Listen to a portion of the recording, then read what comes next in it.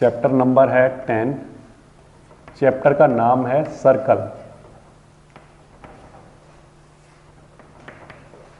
Circle को पहचानते तो आप पहले से हो क्योंकि आप ज्योमेट्री क्लास 8th लेवल तक पढ़ के आए हो। तो अब हम सर्कल की डेफिनेशंस देखेंगे। सर्कल से रिलेटेड जितने भी टर्मिनोलॉजी है वो सबसे पहले समझेंगे, फिर आगे चैप्टर को पढ़ेंगे। ठीक है, तो सर्कल की जो डेफिनेशन है वो हमने इस तरह से बनाई है कि अगर ये जो आपके सामने जो ये बोर्ड आपको दिखाई दे रहा है, ये बोर्ड एक प्लेन है। इसको हम क्या कहेंगे? ये क्या है? प्लेन। ठीक, ये जो प्लेन है, इस प्लेन पर बहुत सारे पॉइंट बनाए जा सकते हैं।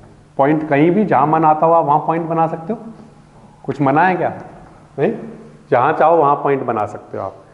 ठीक है, अब मैंने क्या किया कि इन बहुत सारे पॉइंटों में से कोई एक पॉइंट कंसीडर कर लिया कहीं पर भी।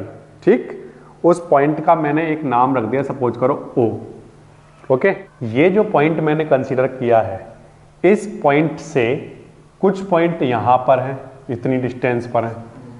कुछ पॉइंट मैंने मान लो एक पॉइंट यहां बनाया, ये पॉइंट इससे इतनी दूर है, ये वाला पॉइंट इतनी दूर है ना।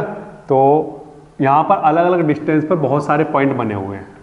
कुछ इतनी डिस्टेंस पर बने हुए हैं, कुछ इतनी डिस्टेंस पर बने हुए हैं, बहुत सारे पॉइंट। हमने क्या किया, ये जो पॉइंट हमने चूज किया है, इस पॉइंट से जितनी डिस्टेंस ये है उतनी डिस्टेंस पर जितने भी पॉइंट हैं उन सब पॉइंट को कलेक्ट कर लिया। जितने भी पॉइंट, कौन कौन से पॉइंट हमने कलेक्ट किए बताओ? हमने वो पॉइंट कलेक्ट कर लिए जितनी डिस्टेंस पर ये है ना, उतनी डिस्टेंस पर जितने पॉइंट थे उन सबको कलेक्ट कर लिया और उन सबको कलेक्ट करके क्या कर दिया? ज्वाइन कर दिया। ठीक, तो अगर मैं किसी एक पॉइंट के चारों तरफ इक्वल डिस्टेंस पर जितने भी पॉइंट हैं उन सबको कलेक्ट कर लेता हूं तो मेरे सामने एक ज्योमेट्री बनके तैयार हो जाएगी। उस ज्योमेट्री का नाम क्या होगा? सर्कल। ठीक, अब इसकी डेफिनेशन कैसे बनेगी वो सुनो। ये जो हमने पॉइंट किया था, ये पॉइंट रखा था हमने एक फिक्स पॉइंट। क्या रखा था? Fix point. ये हमारे लिए एक फिक्स पॉइंट था, फिक्स्ड पॉइंट। ठीक, और बाकी के जितने पॉइंट थे वो सब एक पर्टिकुलर इक्वल डिस्टेंस पर थे। ये सारे के सारे जितने भी पॉइंट यहां पर हैं वो सब के सब क्या है? इक्वल डिस्टेंस पर, है ना। तो ये जो डिस्टेंस है, जितने भी यहां पर पॉइंट्स हम बनाएंगे वो सब इक्वल डिस्टेंस। ये ठीक, ये सारे, ये जो फिक्स पॉइंट के चारों तरफ वो पॉइंट जो कि इस पॉइंट से इक्वल डिस्टेंस पर हैं, उन सब का कलेक्शन क्या कहलाता है? सर्कल। सर्कल की डेफिनेशन क्या हुई? Circle is the collection of all point. Circle is the collection of all point which are equidistance from a fixed point. From a fixed point. तो क्या डेफिनेशन बनी, फिर से बताओ? Circle is the collection of all point which are equidistance from a fixed point and that fixed point is known as centre. क्या कहलाएगा? Centre. This fixed point is known as centre. ठीक है, और ये जो डिस्टेंस है जो कि सब जगह इक्वल है, ये जो डिस्टेंस है ये कहलाएगी बच्चों रेडियस। क्या कहलाएगी? रेडियस। तो सर्कल पर ये जो फिक्स पॉइंट है और सर्कल पर कोई भी एक पॉइंट आप कंसीडर कर लो। ठीक है, ये वाला पॉइंट, यहां से लेकर यहां तक की जो डिस्टेंस होगी वो क्या कहलाएगी? रेडियस। तो distance between any point on the circle to the fix point is known as radius. Distance between fix point, जिसको हम क्या कहते हैं? सेंटर। तो distance between centre and any point on the circle is called what? Radius of the circle. क्या कहलाएगी? Radius of the circle. ये वाली बात आ गई समझ में? तो सबसे पहले तो हम सर्कल की डेफिनेशन लिख लेते हैं। ठीक है, तो सर्कल की डेफिनेशन हमने इस तरह से बनाएंगे।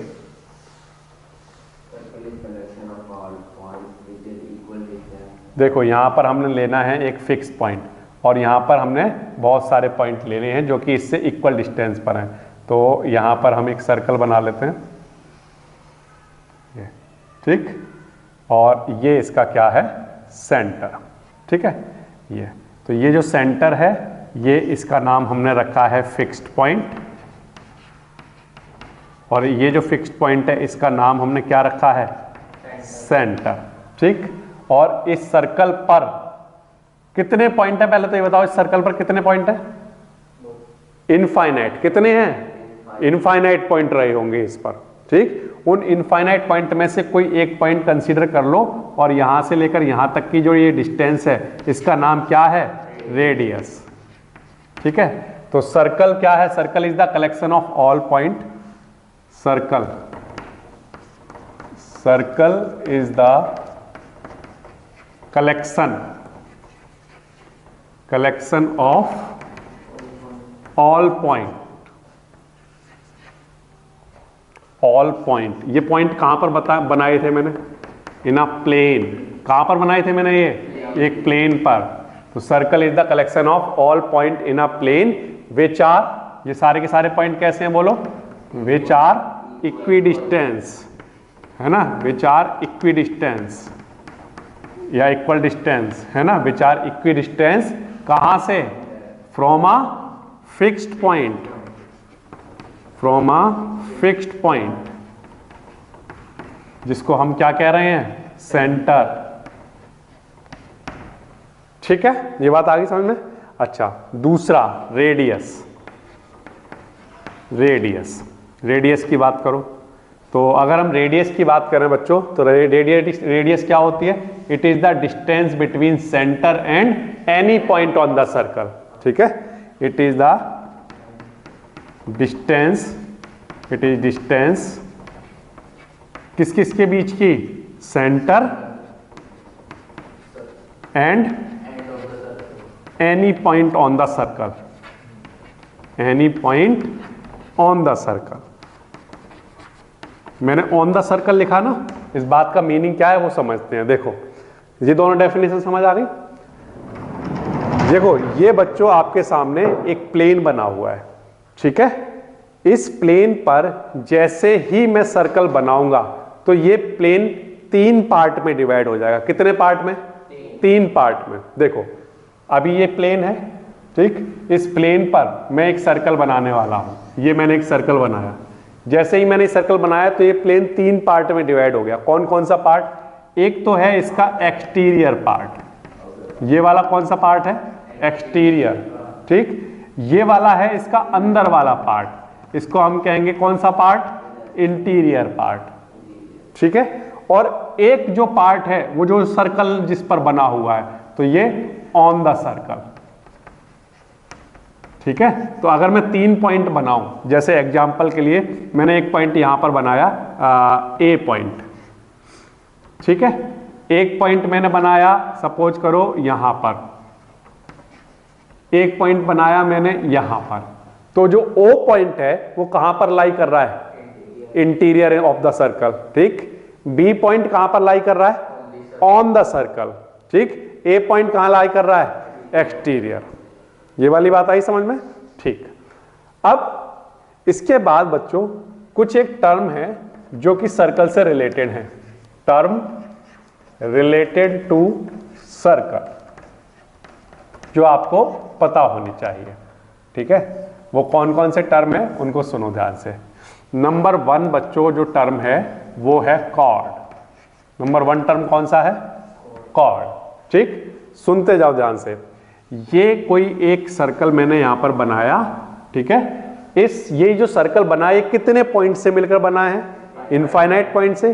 उन इनफाइनाइट पॉइंट में से कोई भी 2 पॉइंट आप सेलेक्ट कर लो। ठीक, इस सर्कल पर मैंने कोई एक पॉइंट सेलेक्ट किया, ये ए। ठीक, और इस सर्कल पर कहीं पर एक और कोई पॉइंट मैंने सेलेक्ट किया, बी। सपोज करो ये वाला ए पॉइंट मैं यहां पर बनाता हूं अभी समझाने के लिए, ये ए, और ये कोई पॉइंट सेलेक्ट किया बी है।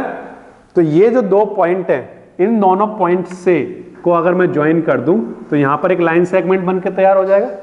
ये एक लाइन सेगमेंट बनके तैयार हो गया। ठीक है, जब मैंने सर्कल के कितने पॉइंट को ज्वाइन किया था, 2 पॉइंट को, और दोनों ही पॉइंट कहां लाई कर रहे थे, ऑन द सर्कल। कहां लाई कर रहे थे, ऑन द सर्कल।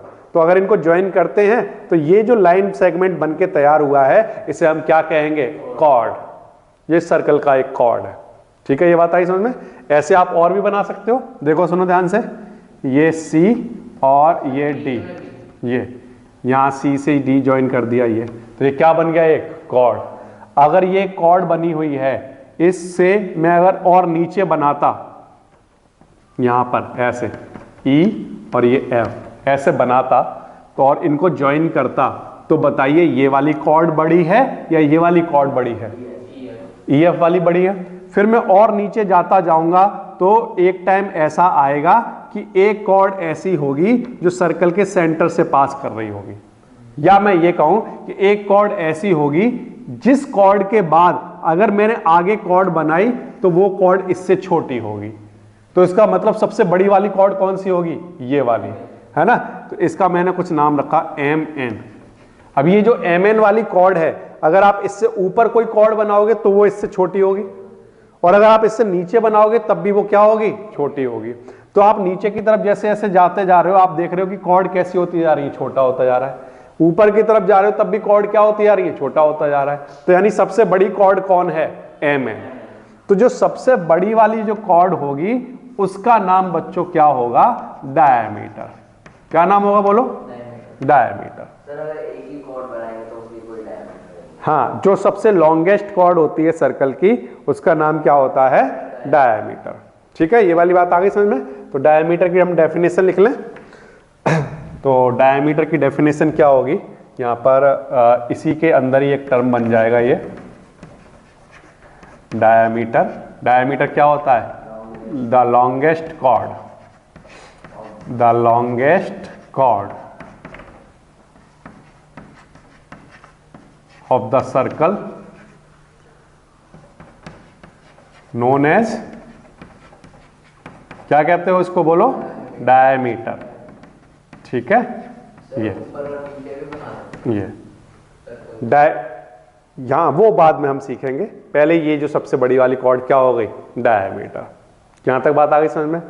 तो जो सर्कल में मैंने अभी तक जितने टर्म बताए उन सबकी डेफिनेशन भी आपको साथ साथ बता दी। सर्कल क्या होता है, circle is the collection of all point which are equidistance from a fixed point.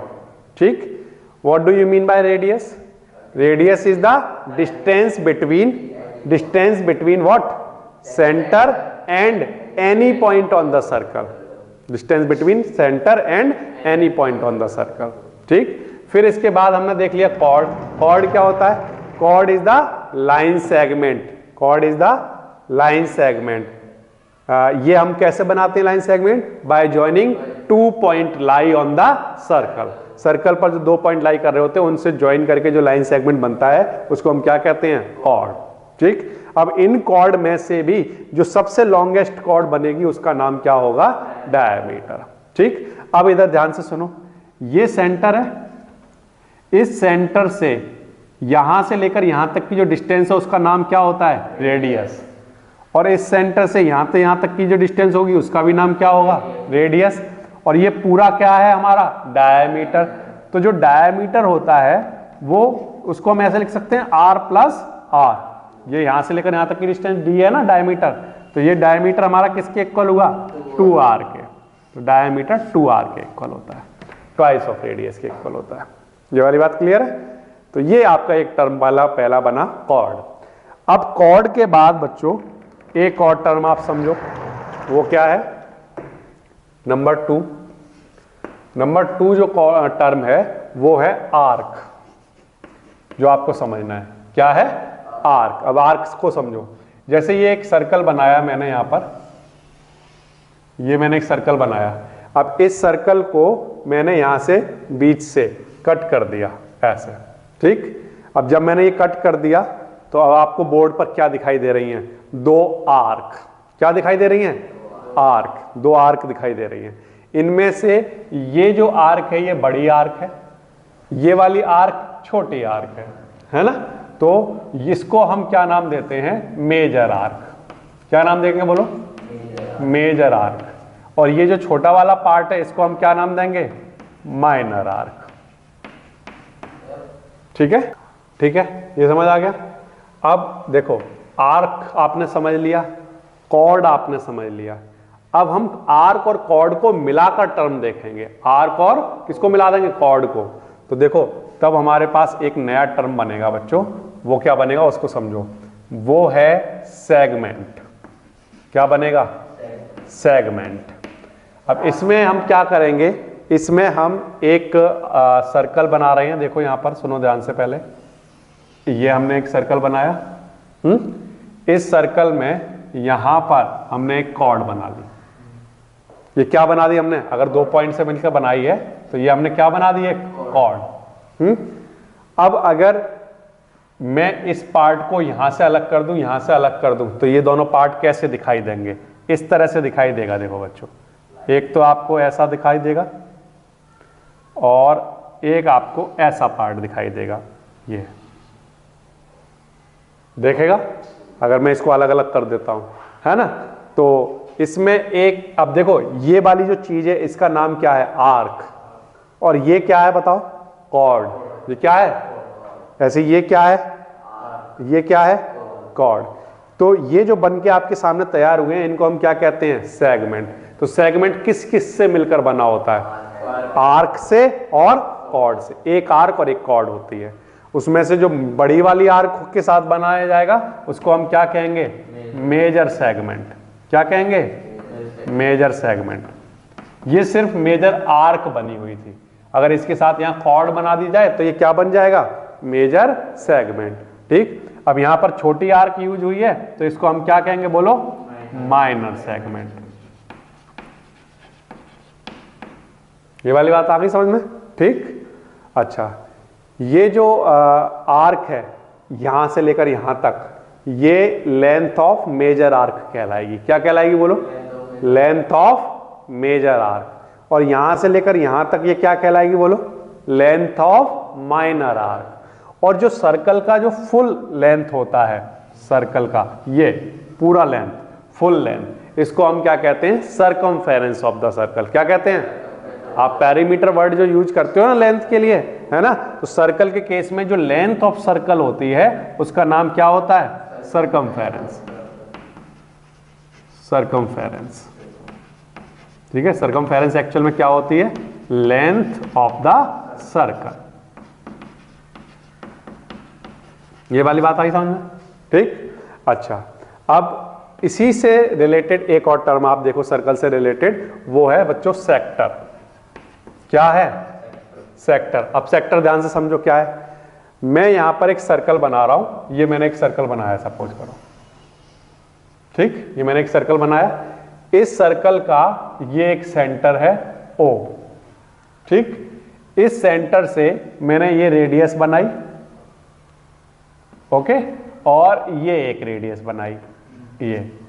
तो जब मैंने ऐसा बनाया जिसमें मैंने रेडियस बनाई और ये आर्क बनाया, अब इस पार्ट को अगर मैं बाहर निकाल दूं, अलग कर दूं, जैसे पिज्जा में अलग करते हो ना वैसे, तो आप अगर ये ऐसा निकालोगे तो आपके सामने कुछ इस तरह का फिगर बन के तैयार होगा। देखो, एक ऐसा और दूसरा वाला कैसा होगा?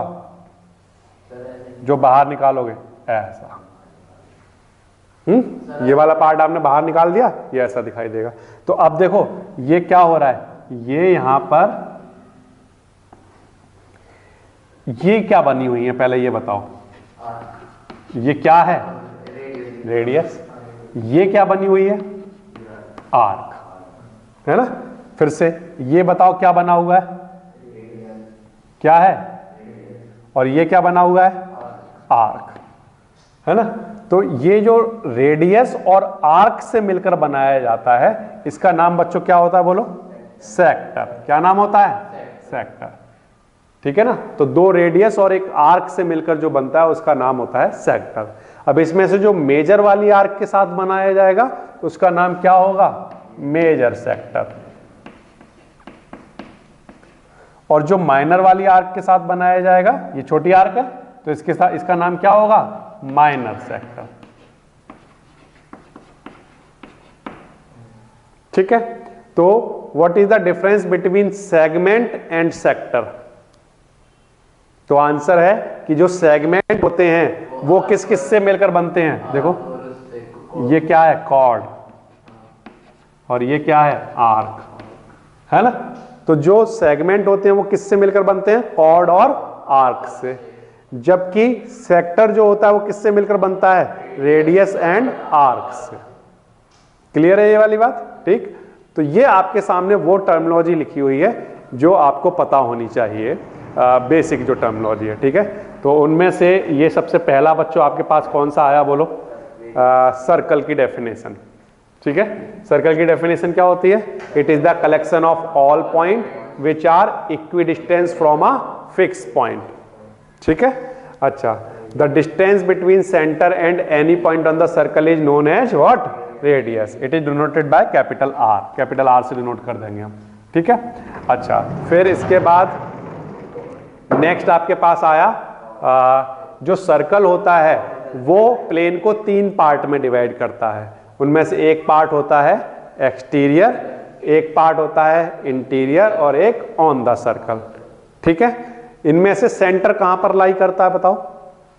इंटीरियर में। कहां पर लाई करता है? इंटीरियर में। ये वाली बात क्लियर है? अच्छा, फिर सर्कल में 2 पॉइंट को, एनी 2 पॉइंट ज्वाइन करने पर जो लाइन सेगमेंट बनता है उसे क्या कहते हैं? कॉर्ड कहते हैं। जो सबसे लॉन्गेस्ट कॉर्ड बनती है उसका नाम क्या होता है? डायमीटर। डायमीटर किसके इक्वल होता है? ट्वाइस ऑफ रेडियस के, ठीक है।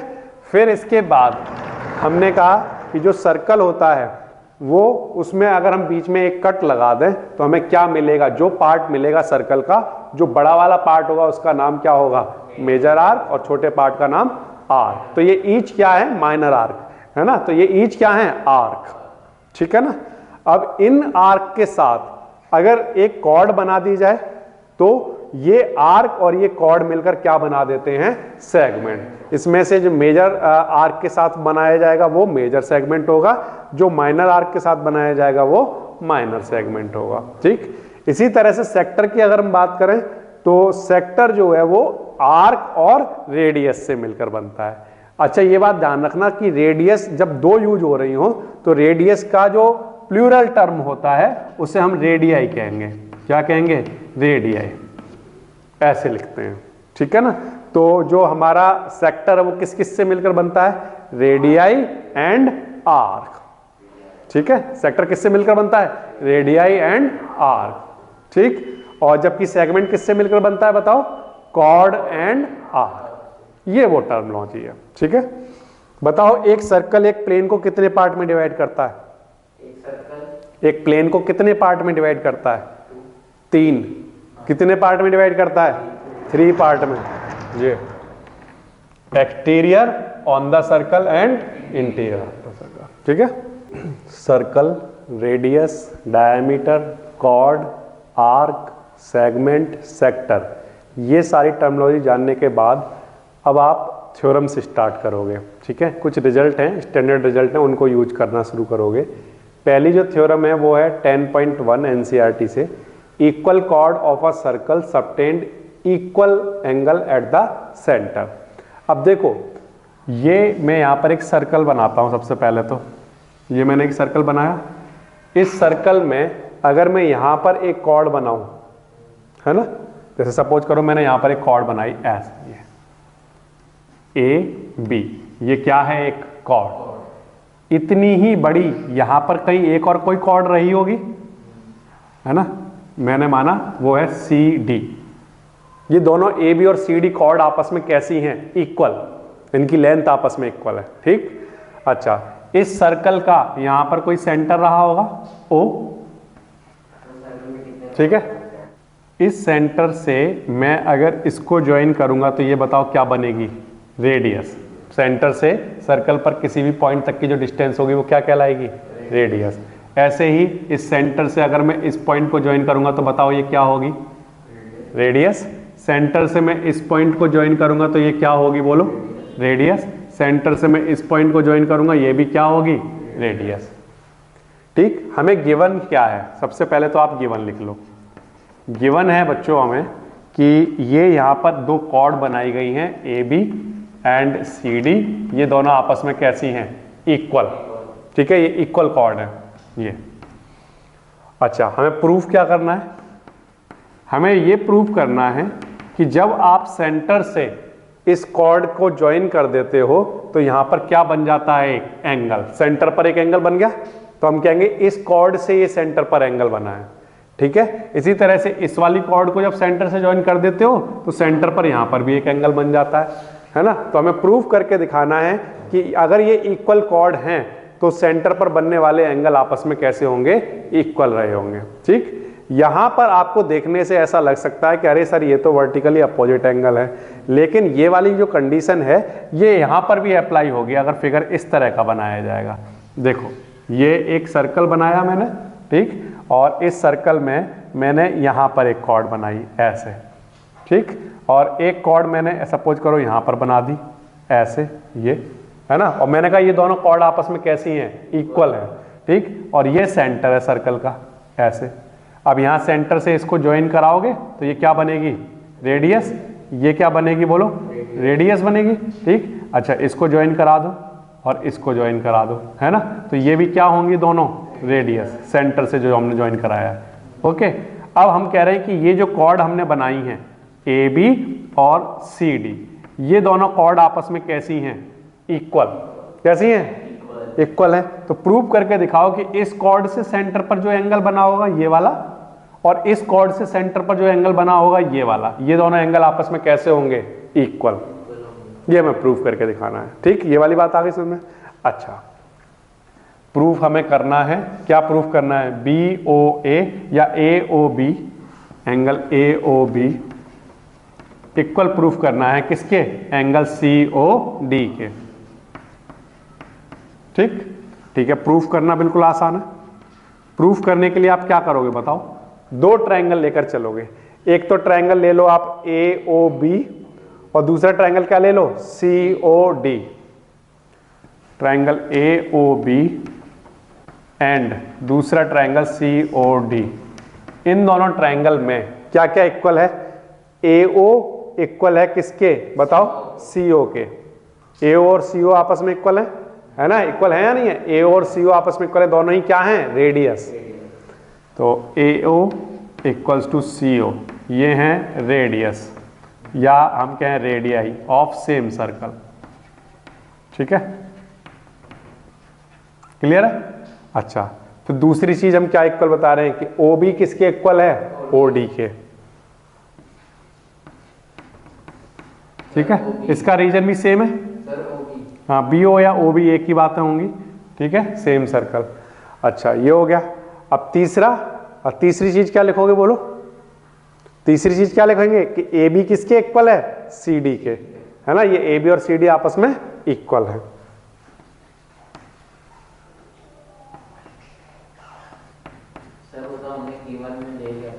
गिवन। ठीक, अब हमारे पास तीन क्वांटिटी इक्वल आ गई, क्या क्या इक्वल आ गई, ये इक्वल है इसके, ये इक्वल है इसके और ये इक्वल है इसके, तो ये दोनों ट्रायंगल क्या हो गए, congruent. Triangle A O B congruent proof हो गया ट्रायंगल सी ओ डी के। कौन से रूल से हुआ बोलो, साइड साइड साइड। अगर ये दोनों ट्रायंगल कॉन्ग्रुएंट हैं तो बाय सीपीसीटी ये एंगल और ये एंगल आपस में इक्वल होंगे, या हम कहें ये एंगल और ये एंगल आपस में इक्वल होंगे। तो angle A O B equal होगा एंगल सी ओ डी के बाय सीपीसीटी। इस तरह से प्रूफ हो जाएगा। तो सर्कल में कहीं पर भी दो इक्वल कॉर्ड बनी हो तो वो सेंटर पर जो एंगल बनाती हैं वो आपस में हमेशा कैसे होते हैं, इक्वल होते हैं।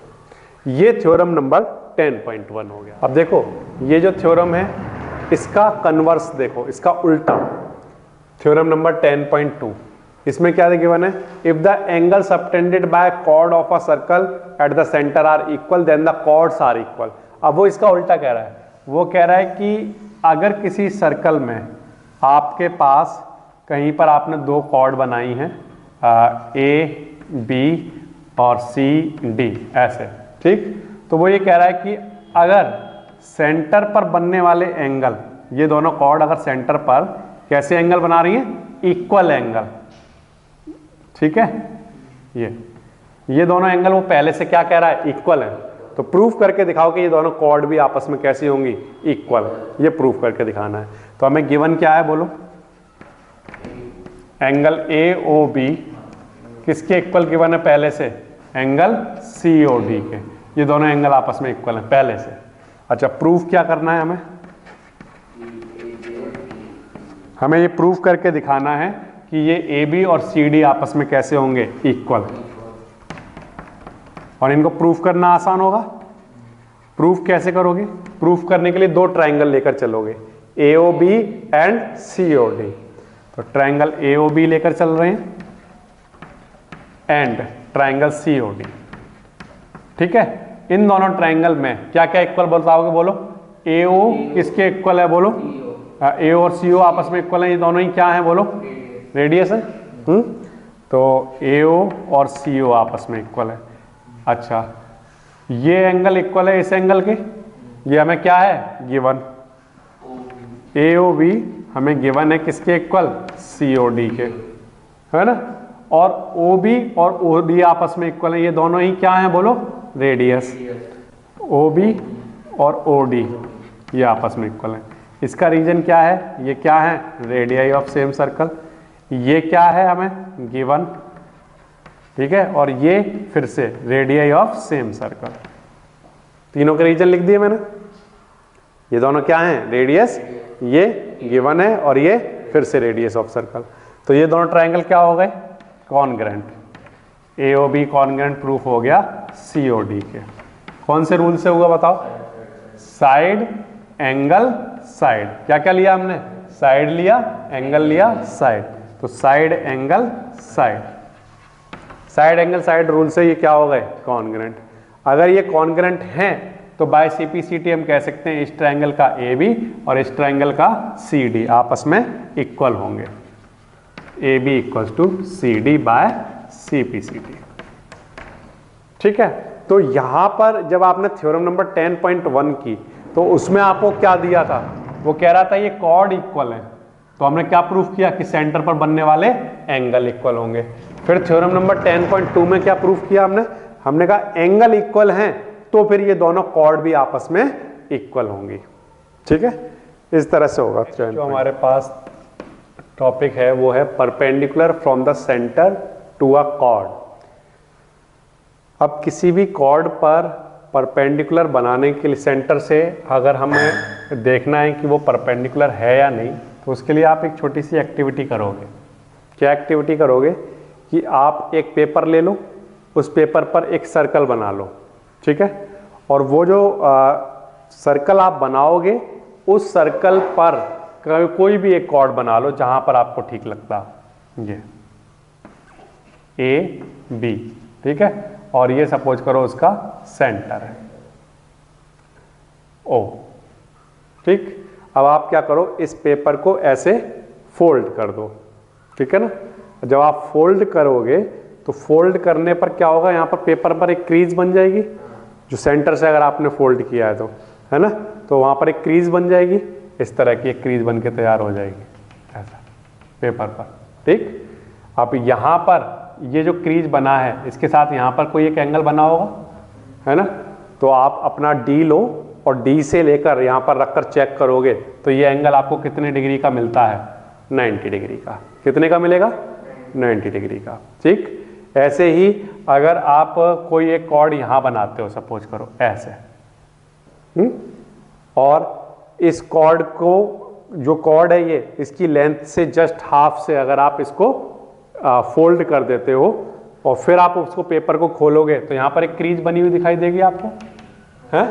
और फिर ये जो क्रीज बनी है इसके साथ यहाँ जो एंगल बन रहा है, इसको अगर आप मेजर करोगे तो आपको कितना मिलेगा? 90 डिग्री।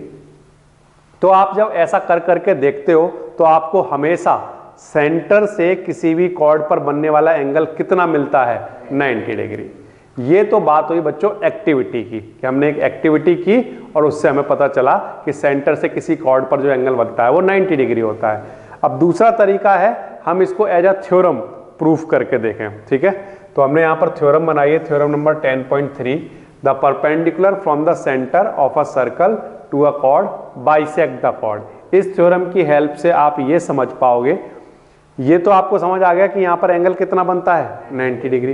लेकिन आपको एक प्रॉपर्टी और पता चल जाएगी कि अगर ये सेंटर है और यहाँ पर अगर एंगल 90 डिग्री बन रहा है तो ये जो लाइन आएगी ये इस कॉर्ड को कैसे डिवाइड करेगी, इक्वल पार्ट में, दो इक्वल पार्ट में डिवाइड कर देगी। तो ये हम यहां पर प्रूफ कर सकते हैं। इसको प्रूफ करने के लिए हम क्या कर रहे हैं, यहां पर एक काम करते हैं, कोई एक कॉर्ड बना ली हमने, ये जो ए बी एक कॉर्ड है, ए बी एक कॉर्ड है, ये सेंटर है ओ, यहाँ से इन लाइनों को ज्वाइन करा दो, तो ये हमने क्या बना दी, रेडियस। ठीक, और हमें बाय एक्टिविटी ये पता चल गया था कि ये कितना है, 90 डिग्री। ठीक, अच्छा, ये जो लाइन आई है इस सेंटर से इस कॉर्ड पर, उसका हमने नाम रख दिया सपोज करो सी। ठीक, तो अब यहाँ पर दो ट्रायंगल बन के तैयार हो गए। कौन कौन से ट्रायंगल, ट्रायंगल ओ ए सी और ट्रायंगल ओ बी सी। अगर हम इन दोनों ट्रायंगल को कॉन्ग्रुएंट प्रूफ कर दें तो हम ये कह सकते हैं कि बाय सीपीसीटी ए सी और बी सी आपस में कैसे होंगे, इक्वल। ठीक, तो थ्योरम को स्टार्ट करते हैं। सबसे पहली चीज जो हमें गिवन है, गिवन हमें ये है कि जो ओ सी है वो परपेंडिकुलर है किस पर, ए बी लाइन पर, है ना। यहाँ पर ओ सी जो है वो परपेंडिकुलर है ए बी पर, ये हमें गिवन है। हमें प्रूफ क्या करना है, प्रूफ बताओ क्या करना है। प्रूफ हमें ये करना है कि अगर ये परपेंडिकुलर है इस कॉर्ड पर तो ए सी और बी सी आपस में इक्वल होंगे। मतलब ये जो कॉर्ड, ये जो परपेंडिकुलर है ये इस कॉर्ड को क्या कर रहा होगा, बाइसेक्ट कर रहा होगा। ये हमें प्रूफ करना है। ठीक, तो ए सी इक्वल्स टू बी सी। अब प्रूफ करना बिल्कुल आसान है। देखो प्रूफ कैसे करेंगे। प्रूफ करने के लिए दो ट्रायंगल लेंगे। ट्रायंगल एक तो ले लेते हैं ओ ए सी, एक तो हम ट्रायंगल ले लेते हैं ओ ए सी, और एक ट्रायंगल हम ले लेते हैं ओ बी सी। ठीक है, इन दोनों ट्रायंगल में ओ ए किसके इक्वल है बोलो, ओ बी के। दोनों ही क्या हैं, रेडियस। ठीक, अच्छा, फिर इसके बाद क्या कहोगे, ये एंगल और ये एंगल क्या है, 90 डिग्री। एंगल ओ सी ए या ए सी ओ लिख लो, वो एक ही बात है। ठीक है ना, ओ सी ए इक्वल है किसके, एंगल ओ सी बी के। ये दोनों क्या हैं, ईच 90 डिग्री। ठीक है, फिर इसके बाद ओ सी दोनों में क्या है, कॉमन।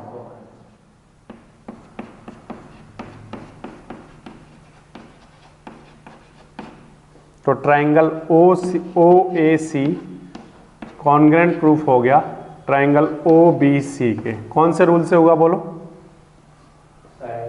आपने क्या लिया, एक तो राइट एंगल लिया और आपने हाइपोटेनस लिया और साइड लिया। तो राइट एंगल, हाइपोटेनस, साइड। तो आरएचएस रूल से ये दोनों ट्रायंगल क्या हो गए, कॉन्ग्रुएंट।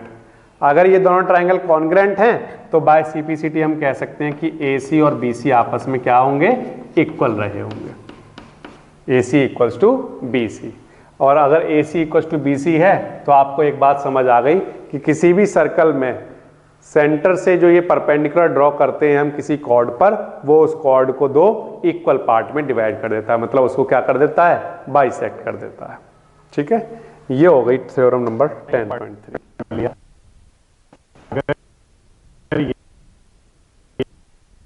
है ओ, ठीक है, बनाई जाए एक बी। ठीक है, यहां पर एक परपेंडिकुलर बनाया गया। क्या बनाया गया, परपेंडिकुलर। ठीक है, तो ये जो परपेंडिकुलर अगर हम बनाएंगे, अगर ओ एम परपेंडिकुलर है ए बी पर, तो हमने प्रूफ कर लिया थ्योरम नंबर 10.3 में कि ए एम और बी एम आपस में क्या होंगे, इक्वल। तो अगर ये परपेंडिकुलर है तो ये इसको क्या करेगी, बाइसेक्ट। मतलब ए और ए एम और बी एम आपस में इक्वल होंगे। ये पढ़ लिया हमने। अब इसका उल्टा, कन्वर्स। कन्वर्स ये कह रहा है कि अगर ये इक्वल हैं, अगर ए एम और बी एम आपको इक्वल गिवन हो तो प्रूफ करके दिखाइए कि ये वाला एंगल और ये एंगल क्या होगा, 90 डिग्री। या प्रूफ करके दिखाइए कि ओ एम क्या है, परपेंडिकुलर किस पर, ए बी पर। ठीक है, ये हमें प्रूफ करके दिखाना है। तो इस बार हमें जो गिवन है वो है AM और BM इक्वल गिवन है। ठीक है, यहाँ पर लिख लेते हैं गिवन। गिवन है पहली चीज, तो देखो जब भी आप गिवन में लिखो तो आप इस तरह से लिख सकते हो कि आपको एक सर्कल गिवन है जिसका सेंटर है O और रेडियस है क्या R, इस तरह से लिख सकते हो। और इस सर्कल में हमें गिवन है कि AM किसके इक्वल है, BM, BM अपने इक्वल है।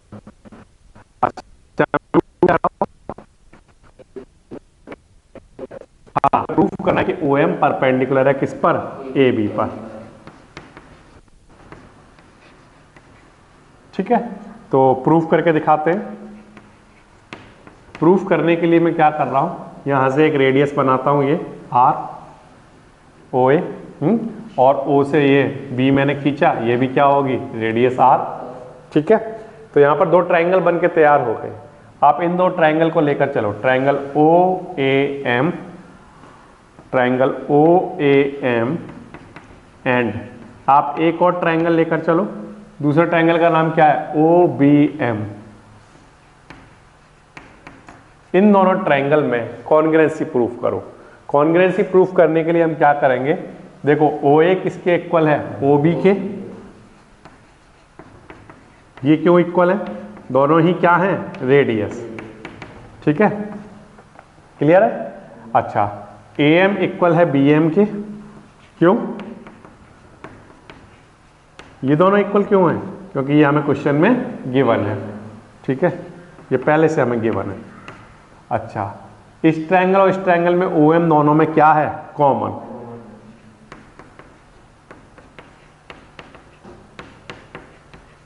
कॉमन, ठीक। तो इन दोनों ट्रायंगल में ये साइड इक्वल है, ये साइड इक्वल है, ये कॉमन है ना। तो हम कहेंगे ये दोनों ट्रायंगल क्या हो गए, congruent. Triangle OAM congruent proof हो गया ट्रायंगल OBM के। कौन से रूल से हुआ बताओ, साइड रूल से। और अगर ये दोनों ट्रायंगल कॉन्ग्रुएंट है तो बाय CPCD हम कह सकते हैं कि ये एंगल और ये एंगल आपस में कैसा होगा, इक्वल। तो थ्योरम नंबर 10.3 में तो हमने ये कहा था कि अगर ये परपेंडिकुलर है तो ये दोनों साइड आपस में इक्वल होंगी, ये मतलब AM और BM इक्वल होंगे। थ्योरम नंबर 10.4 में हमने इसका उल्टा कहा, हमने कहा अगर ये बाइसेक्ट कर रहा है, अगर ये लाइन बाइसेक्ट कर रही है तो ये क्या होगी, परपेंडिकुलर। और थ्योरम नंबर 10.3 में क्या कहा था, अगर ये परपेंडिकुलर है तो वो इसको क्या कर रही होगी, बाइसेक्ट। उल्टा का, बाइसेक्ट कर रही है तो परपेंडिकुलर होगा, परपेंडिकुलर है तो बाइसेक्ट करेगा। सर्कल थ्रू 3 पॉइंट्स, टॉपिक क्या है, सर्कल थ्रू 3 पॉइंट्स। आपने इससे पहले लाइंस एंड एंगल्स वाला चैप्टर पढ़ा था और ट्रायंगल्स वाला चैप्टर पढ़ा था। हम लाइंस एंड एंगल चैप्टर की एक प्रॉपर्टी यहाँ पर देखेंगे और एक ट्रायंगल वाले चैप्टर से भी एक प्रॉपर्टी का यूज करेंगे। ठीक है, लाइंस एंड एंगल्स वाले चैप्टर में हमने एक चीज समझी थी कि अगर कहीं पर 2 पॉइंट हैं, A और B, ये 2 पॉइंट हैं, तो इनसे A और B, इन दोनों पॉइंट को ज्वाइन करने वाली कितनी लाइन बन सकती हैं, तो आंसर है 1 एंड ओनली 1 लाइन। केवल एक ही लाइन हो सकती है जो इन दोनों पॉइंट से पास कर रही हो, ये हमने पढ़ा था। ठीक, तो लाइन के बारे में हमें पता है कि एक लाइन सेगमेंट जो बनाया जाता है वो कितने पॉइंट से बनाया जा सकता है, 2 पॉइंट से। ठीक है, ठीक है। ये जो A और B 2 पॉइंट बनाए गए हैं, A पॉइंट और B पॉइंट, ये दोनों पॉइंट कैसे पॉइंट है, तो आंसर है ये कोलिनियर पॉइंट है। कैसे पॉइंट है, कोलिनियर पॉइंट। ये दोनों पॉइंट कैसे लाई कर रहे हैं, एक ही लाइन में लाई कर रहे हैं, एक ही लाइन पर लाई कर रहे हैं, इसलिए पॉइंट क्या कहलाएंगे, कोलिनियर। ठीक है, अगर मैं कोई एक तीसरा पॉइंट बनाऊं, ये C पॉइंट, तो हम क्या कहेंगे, ये कैसा है, नॉन कोलिनियर, है ना। ये दोनों तो कैसे हैं, कोलिनियर, एक ही लाइन पर लाई कर रहे हैं, बट ये वाला पॉइंट इस लाइन पर लाई नहीं कर रहा, तो हम कहेंगे पॉइंट C नॉन कोलिनियर है।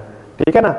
अब देखो, अगर आप A और B इन दो, देखो ये तो आपको पता है कि A और B 2 पॉइंट से एक ही लाइन पास करती है ना, एक ही लाइन पास कर सकती है।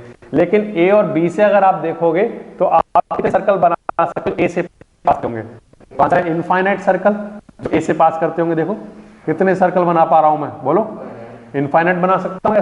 ऐसे B से पास करते हुए भी मैं कितने सर्कल बना सकता हूं, बोलो, इनफाइनाइट सर्कल बना सकता हूं, है ना।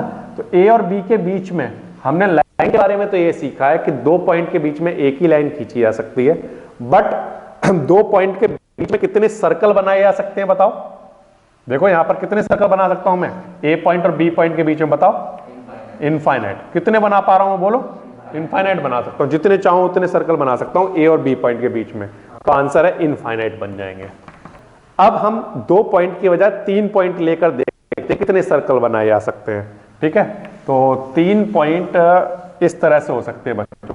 अगर वो 3 पॉइंट इस तरह से हुए, लाइक ए, बी एंड सी, ये तीनों पॉइंट कैसे लिए हैं मैंने बताओ? कैसे लिए हैं? कोलिनियर। पॉइंट कैसे हैं? कोलिनियर, क्योंकि एक ही लाइन पर लाई कर रहे हैं। ठीक है, अब मान लो आप ऐसा सर्कल बनाओगे जो ए और बी दोनों से पास कर रहा हो। एग्जांपल के लिए मान लो आपने ऐसा बनाया है ना, तो वो सी से पास कर सकता है क्या? नहीं कर सकता, है ना। सी कहां पर होगा? एक्सटीरियर ऑफ दिस सर्कल, है ना। या आप कह सकते हो कि ए बी सी ऐसा लिया। अब आपने कोई ऐसा सर्कल बनाया जो ए और सी से होकर बनाया गया, तो बी पॉइंट कहां पर होगा? उसके इंटीरियर में, है ना। लेकिन आप दोनों ही केस में ये देख रहे हो कि जब सर्कल बनाया जाएगा तो केवल एक पॉइंट ही ऐसा, एक पॉइंट ऐसा जरूर होगा जो या तो एक्सटीरियर में पहुंच जाएगा या इंटीरियर में आ जाएगा। ऐसा कोई सर्कल नहीं बनाया जा सकता जब अगर तीनों पॉइंट कोलिनियर हो तो वो तीनों से पास कर रहा हो। फिर से, अगर तीनों पॉइंट कोलिनियर हो तो ऐसा कोई सर्कल नहीं बनाया जा सकता जो तीनों पॉइंट से पास कर रहा हो।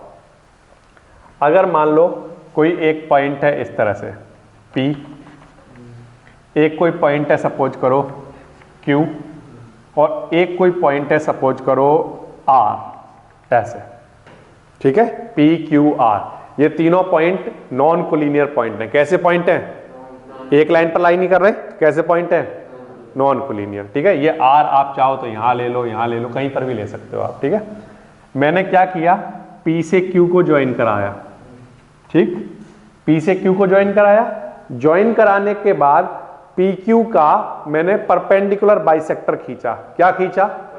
Perpendicular bisector. ठीक, तो ऐसे ये परपेंडिकुलर बाइसेक्टर आपको खींचना आता है। आधे से ज्यादा लेकर क्या करते हैं? दोनों साइड आर्क लगाते हैं और दोनों साइड से कट करते हैं। तो मैंने PQ का परपेंडिकुलर बाइसेक्टर खींचा ये ओके। इस परपेंडिकुलर बाइसेक्टर का नाम है, सपोज करो इसका नाम रख देते हैं हम X और Y, ऐसे नाम रख दिया मैंने XY। ठीक, अच्छा, अब मैंने ये दो पॉइंट ज्वाइन किए थे, इसका परपेंडिकुलर बाइसेक्टर खींच दिया। अब ये वाले दोनों पॉइंट में ज्वाइन कर रहा हूं Q और R।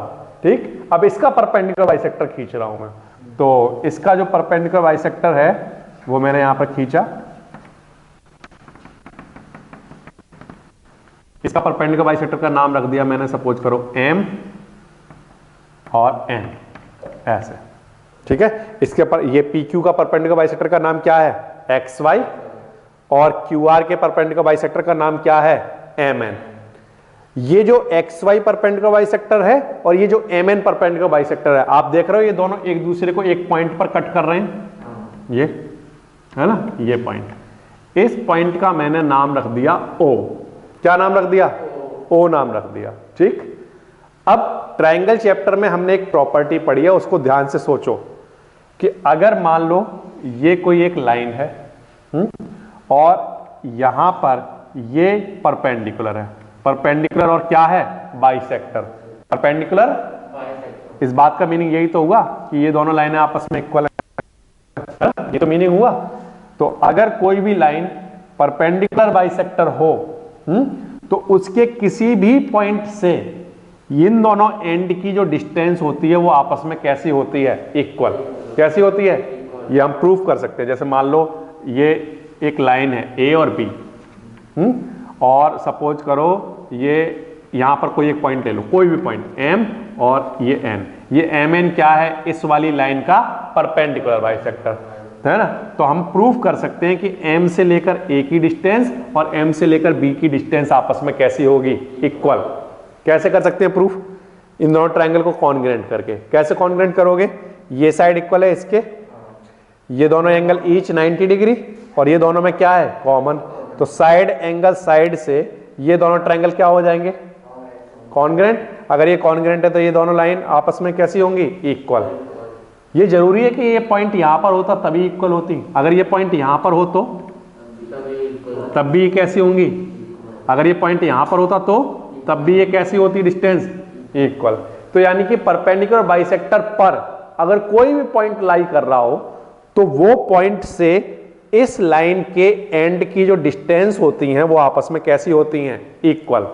तो आप मुझे एक बात बताइए कि ये जो PQ लाइन है, इस PQ लाइन का परपेंडिकुलर बाइसेक्टर है XY। इस XY परपेंडिकुलर बाइसेक्टर वाली लाइन पर एक पॉइंट लाई कर रहा है, कौन? O लाई कर रहा है। तो ये जो पॉइंट O है वो बताइए OP और OQ से इक्वल डिस्टेंस रखेगा या नहीं रखेगा? रखेगा, क्योंकि पॉइंट O कहां पर लाई कर रहा है? परपेंडिकुलर बाइसेक्टर पर। और परपेंडिकुलर बाइसेक्टर पर एवरी पॉइंट इस लाइन के एंड से कैसी डिस्टेंस रखेगा? इक्वल। इस बात का मतलब ये कह रहे हो आप कि OP और OQ आपस में कैसे हैं? इक्वल। तो ये प्रूफ हो गया, ठीक। तो हमने प्रूफ कर दिया कि OP किसके इक्वल है? बोलो, OQ के। ये प्रूफ हो गया। अच्छा, अब इसके बाद फिर से ध्यान से सुनो। ये QR एक लाइन है और ये MN परपेंडिकुलर बाइसेक्टर है। इस परपेंडिकुलर बाइसेक्टर MN पर एक पॉइंट लाई कर रहा है O, है ना। तो इस पॉइंट O से इस लाइन के एंड की डिस्टेंसेस आपस में कैसी होंगी? इक्वल। तो O से लेकर Q और O से लेकर क्या? R। इस लाइन की जो एंड पॉइंट होंगे उसकी डिस्टेंस इस परपेंडिकुलर बाइसेक्टर पर एवरी पॉइंट से कैसी होगी? इक्वल। मैं ये नहीं कह रहा हूं सिर्फ O से होगी, यहां पर यहां पर यहां पर कोई भी पॉइंट होंगे सबसे कैसी डिस्टेंस होगी? बोलो, इक्वल। ये वाली बात आई समझ में? ठीक। तो इसका मतलब क्या प्रूफ हो गया कि OQ और OR आपस में इक्वल होंगे। ये बात आई समझ में? अब देखो OQ किसके इक्वल है? OP के। और यहां पर OQ और OQ किसके इक्वल है? फिर से OR के। देखो OQ किसके इक्वल प्रूफ हुआ? OP के। और OQ किसके इक्वल है? तो ये तीनों आपस में इक्वल हुए, है ना। तो हम कहेंगे कि OP, OQ और OR ये तीनों आपस में इक्वल हो गए, ठीक।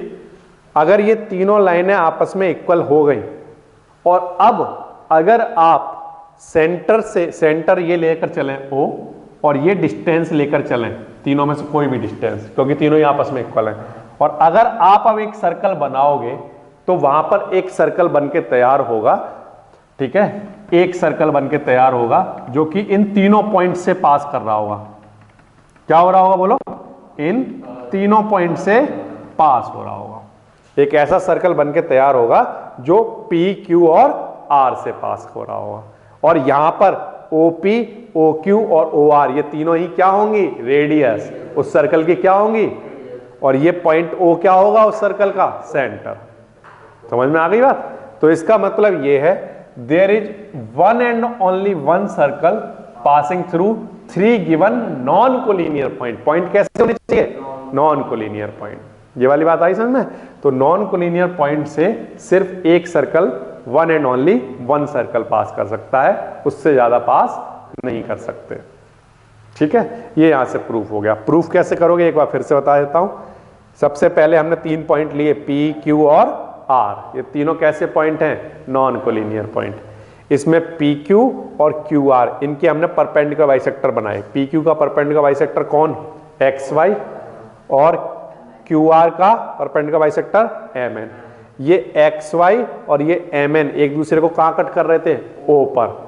अब हमने कहा कि इस PQ का, क्योंकि XY एक परपेंडिकुलर बाइसेक्टर है और उस परपेंडिकुलर बाइसेक्टर पर O एक पॉइंट है, तो उस पॉइंट से इस PQ के एंड की डिस्टेंसेस, ये डिस्टेंस आपस में कैसी होनी चाहिए? इक्वल।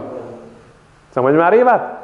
इसी तरह से हमने कहा कि क्योंकि QR का ये परपेंडिकुलर बाइसेक्टर है और इस परपेंडिकुलर बाइसेक्टर पर एक पॉइंट लाई कर रहा है O, तो उस पॉइंट से इस लाइन के एंड की जो डिस्टेंस है वो आपस में कैसी होनी चाहिए? इक्वल। OP, OQ और OR आपस में कैसे आ गए? इक्वल आ गए। अब इस सेंटर से हमने एक लाइन खींची, ये जब हम एक लाइन खींचे, सॉरी एक सर्कल खींचा, जब एक हम सर्कल खींचेंगे तो वहां पर वो जो सर्कल होगा वो इन तीनों पॉइंट से पास कर रहा होगा। तो इसका मतलब ये है कि नॉन कोलिनियर पॉइंट अगर हमारे पास हैं तो वहां से one and only one circle पास करता है। पेज नंबर है 176।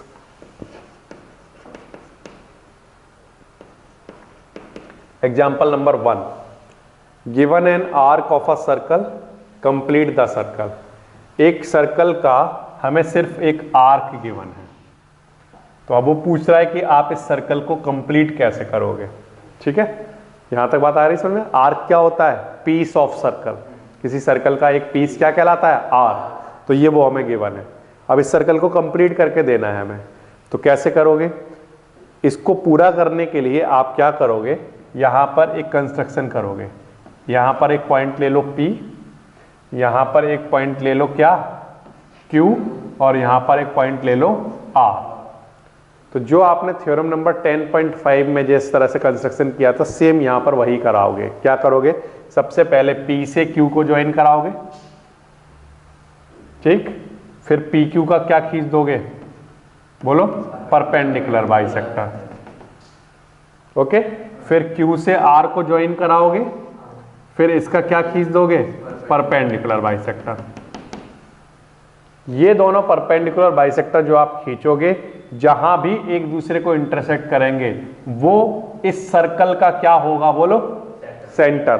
क्यों सेंटर क्यों होगा? ये हमने थ्योरम नंबर 10.5 में पढ़ा कि यहां से ये O, अगर सपोज करो ये O पॉइंट है ना, तो O से लेकर P तक की डिस्टेंस, O से लेकर Q तक की डिस्टेंस और O से R तक की डिस्टेंस, ये सब आपस में क्या होंगे? इक्वल। तो ये रेडियस का काम करेंगे। फिर अगर सेंटर से अगर एक सर्कल बनाया जाएगा तो वो पॉइंट P, Q और R से क्या कर रहा होगा? पास कर रहा होगा, है ना। तो हम इस सेंटर से और OP या OQ या OR एज अ रेडियस फिर यहाँ कंपास में ले लेंगे, फिर सेंटर O पर रखकर इसको कंप्लीट कर देंगे। तो फिर ये हमारा जो सर्कल है वो कंप्लीट हो जाएगा। ठीक है, ये ऐसा सर्कल होगा जो P, Q और R से पास कर रहा होगा। ठीक है।